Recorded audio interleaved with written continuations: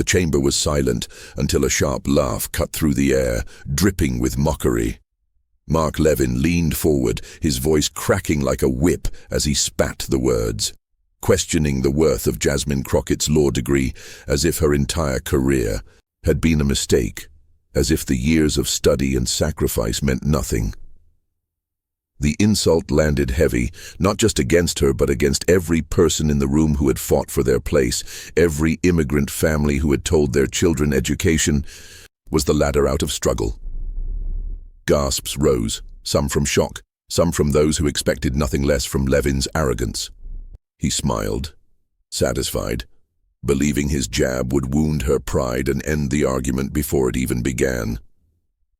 For a moment, the weight of his words seemed to tilt the air, as if the room itself waited to see whether Jasmine would break under the pressure. But Jasmine did not flinch. Her eyes, steady and unyielding, locked on him with a calm fire that spoke louder than any retort.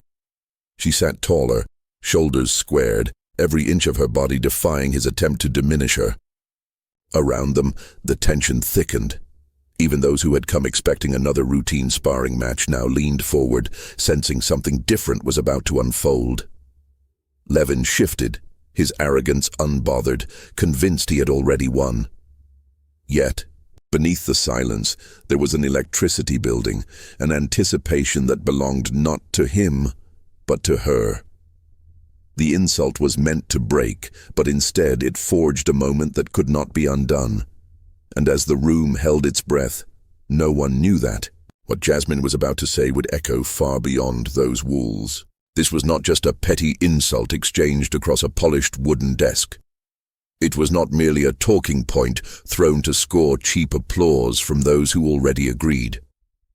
What unfolded in that chamber was bigger, deeper, heavier. It was the echo of a question that has haunted America since its beginning. Who gets to claim legitimacy and who is forced to prove they belong? When Levin sneered at Jasmine Crockett's education, he was not only mocking her degree, he was mocking every young woman of color who sat in classrooms doubting whether her effort would ever be recognized. He was dismissing the families who worked double shifts so their children could carry the pride of walking across a stage in cap and gown. He was drawing a line between what he saw as real authority and what he dismissed as unworthy. And that line was carved along race, gender, and history. For generations, this has been the tactic: to belittle, to reduce, to question credentials when the person holding them does not fit a certain image. But here, in this moment, the stakes were higher. America was watching. Clips of the confrontation were already flickering across phone screens, shared with captions that asked, "Is this what justice looks like?" The chamber was no longer just a room. It had become a stage for a nation still struggling to reconcile its promise of equality with its practice of exclusion. Jasmine's silence in that first instant was not weakness. It was the pause before a storm. The quiet strength of someone who had carried more than insults in her life. She represented something far larger than herself, the right of every person, no matter where their family came from, to stand in the halls of power without being told they did not belong. And so, the moment Levin believed he had won was, in fact, the moment he set the stage for his greatest undoing. For what came next would not just challenge his arrogance, it would ignite a fire in every person who had ever been told they were not enough. But no one expected what came next. Mark Levin was no stranger to confrontation. For years his voice had filled the airwaves with thunderous certainty, preaching to an audience that applauded his every word, no matter how sharp or dismissive. He thrived on provocation, on painting himself as the lone warrior standing against tides of change he claimed were tearing at the fabric of America. To his followers, he was bold. To his critics, he was relentless in arrogance. And in that chamber, his words carried the same venom. He had honed over decades, words meant to wound, to belittle, to remind others of their supposed place. He thought power made him untouchable. He believed his reputation gave him the authority to dismiss the accomplishments of anyone he chose. Yet beneath the bluster was a pattern, one that revealed more insecurity than confidence.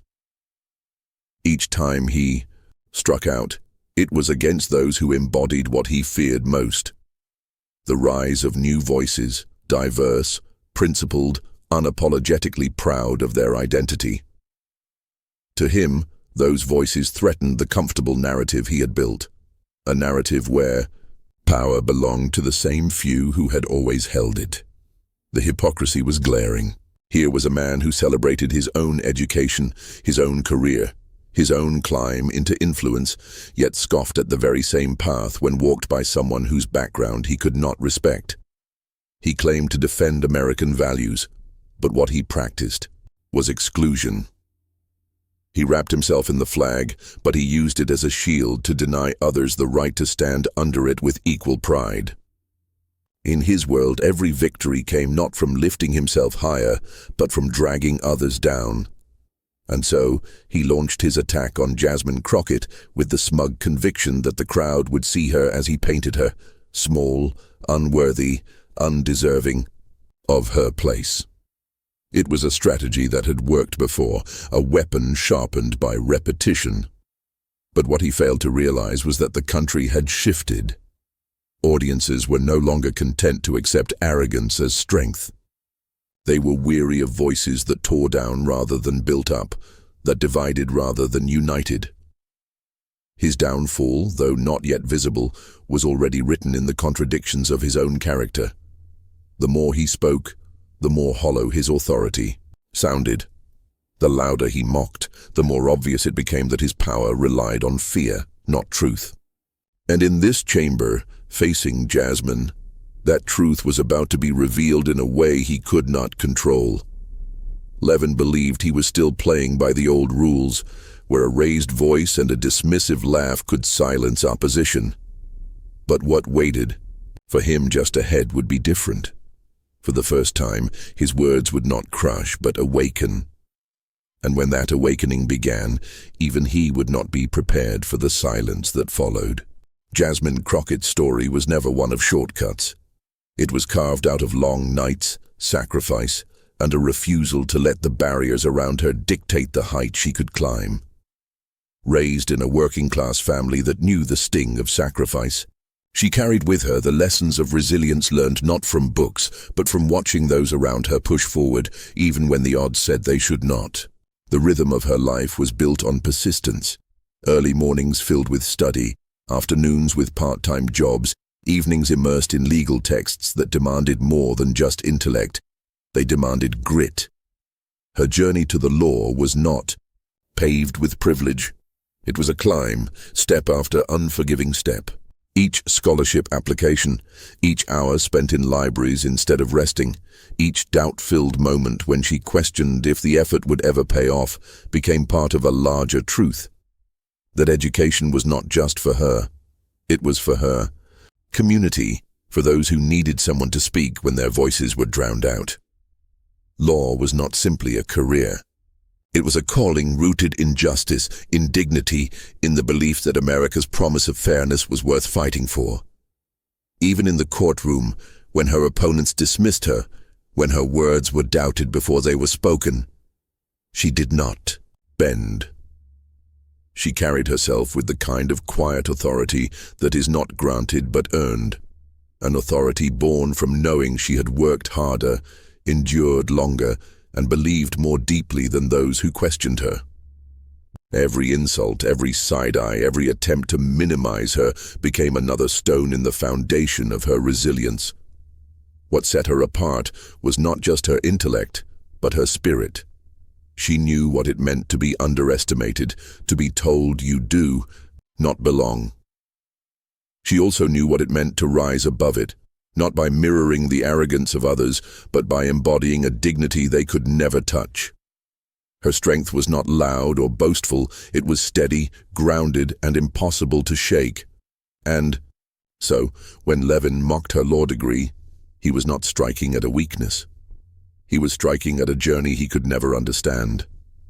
He was mocking years of sacrifice his privilege had shielded him from, dismissing struggles he had never endured. In his eyes, it was a taunt. In her reality, it was a reminder of how far she had come and how unshakable she had become. That was why she did not flinch, why her silence carried more weight than his laughter. For Jasmine Crockett's story was not one of defeat, but of triumph born from struggle. And that was exactly why the next moment would silence the room. The moment stretched thin, like a wire pulled tight, waiting to snap. Levin leaned back, smirking as though his insult had already ended the conversation. But Jasmine's composure unsettled him more than any outburst ever could. Her calm, steady gaze cut through his bravado, and suddenly the confidence he carried began to feel less like strength and more like a mask he could not hold in place forever. So he pressed harder. His voice grew louder, each word dripping with contempt. He ridiculed her background, mocked her experience, and insisted that her success was nothing more than a token gesture, a system pandering to appearances rather than ability. The audience shifted in their seats, some nodding along with his tirade, but many more exchanging uneasy glances. There was an arrogance in his tone that began to sour, a desperation seeping through as if he needed to convince himself as much as anyone else. Jasmine did not interrupt. She let his words hang in the air, let the ugliness of his dismissal echo against the walls for all to hear. The silence she maintained gave his insults a strange hollowness, like a man shouting into a void and hearing no answer. Each time he tried to provoke, she remained unshaken, and in that stillness, the power dynamic began to shift. For the first time, Levin's rhythm faltered. His arguments circled back on themselves, louder but less precise, more emotional than rational. He pounded the table, his gestures sharp and jagged, but instead of commanding authority, he appeared agitated, unbalanced. The very calmness of Jasmine's presence exposed the cracks in his fury. The audience felt it too. Where there had once been scattered chuckles at his jabs, now there were murmurs of disapproval. Where there had been confidence in his delivery, now there was doubt.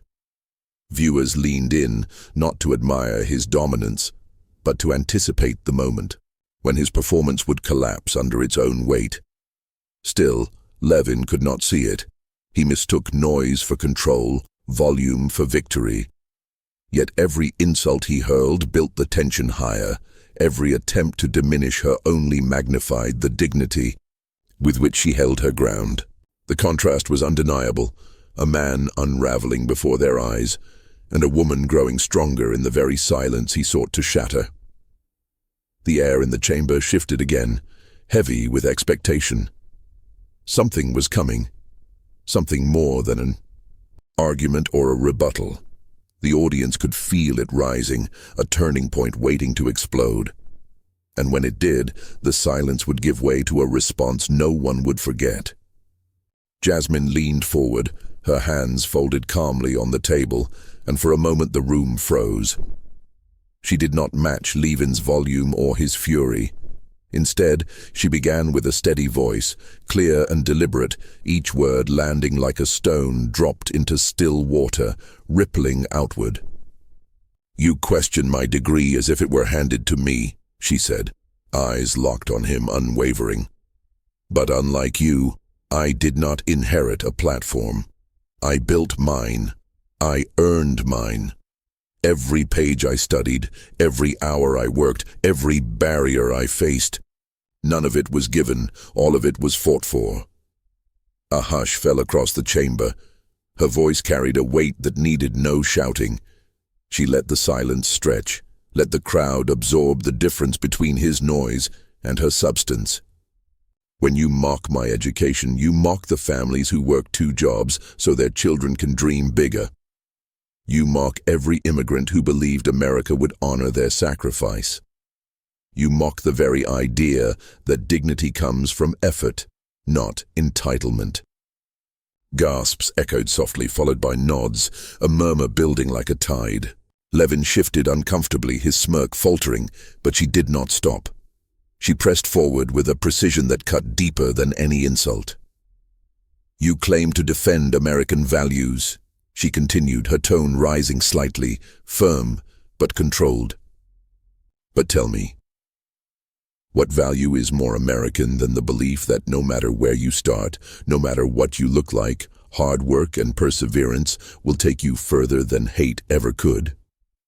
That is not weakness. That is the very core of who we are."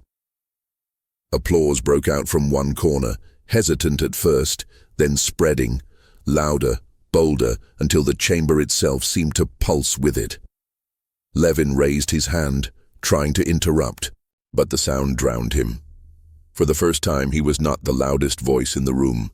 Jasmine paused, allowing the moment to breathe before delivering the line that would etch itself into memory. Her voice softened, but it carried farther than any shout. "You tried to turn my law degree into a punchline, but the truth is this. It is not the paper on the wall that gives it value. It is the people I fight for, the communities I serve, the justice I refuse to abandon. That is my credential. And that is something you will never be able to take from me." The room erupted. Applause thundered, mixed with gasps and cheers, the kind of reaction that could not be contained. Some stood, clapping with defiance as if they too had been vindicated by her words. Others simply sat in stunned silence, processing what they had just witnessed. Levin tried to speak, his voice cutting through the roar, but it came out strained, hollow, stripped of its earlier confidence. His hands moved, his face tightened, but the more he reached for control, the more it slipped through his fingers. The contrast was undeniable, a man unraveling in the shadow of a woman whose strength was undeniable, and as Jasmine leaned back, calm once more, she let the storm she had unleashed speak for itself. The applause swelled, then slowly quieted, but the echo of her words remained, heavy and unshakable. The chamber had shifted, the balance of power had tilted, and though Levin still sat across from her, everyone in the room could see what he could not. The fight was no longer his to win. What followed would prove it beyond doubt. The chamber was still buzzing when the first clips hit social media. Within minutes, Jasmine's calm but devastating response was everywhere. Replayed, remixed, captioned with fire emojis and hashtags that burned across timelines like sparks, catching dry grass. Degrees of dignity trended first, followed by Jasmine Crockett clapback, each carrying her words far beyond the walls where they had been spoken. Millions who had never heard her name before now watched the moment in stunned admiration, replaying her delivery as if it were a national anthem for resilience. Commentators rushed to weigh in. Some marveled at her composure, calling it the perfect antidote to Levin's arrogance. Others framed it as a cultural turning point, proof that dignity could dismantle cruelty without raising its voice. Celebrities added their voices too, sharing clips with words like, "This is leadership" and "This is America." Even politicians who had remained silent on similar clashes found themselves swept into the wave, forced to acknowledge that something in the national mood had shifted. But perhaps the most powerful reactions came not from the famous, but from the ordinary. Young women of color posted videos saying they finally felt seen. Immigrant families wrote about watching with tears in their eyes, telling their children, "This is why we keep pushing." Law students across the country shared screenshots of their textbooks, tagging her name with pride. For them, Jasmine was no longer just one figure in a debate. She had become a mirror of their own struggles and a beacon for their own victories. Levin's words, once delivered with such swagger, now looked brittle in comparison. Memes cast him not as a conqueror, but as a man undone by his own arrogance. The contrast was undeniable, his sneer replayed against her poise, his outburst overshadowed by her steady voice. In the digital court of public opinion, the verdict was already clear, and yet Amid the flood of praise and celebration, there lingered a sense that this was not just about a single exchange. It was about a country wrestling with its identity, about whose voices are lifted and whose are diminished. Jasmine's response had become more than a moment. It was a spark, a reminder that dignity could outshine hate, and that truth, when spoken with courage, carried farther than any insult. But the real question still remained: what would this spark ignite next? As the roar of reaction began to settle, Jasmine stood once more, her voice steady but carrying a deeper resonance now. She did not speak to Levin anymore. His crumbling posture was answer enough. She spoke to the chamber, to the cameras, to the millions who had been waiting for someone to put words to their own quiet battles.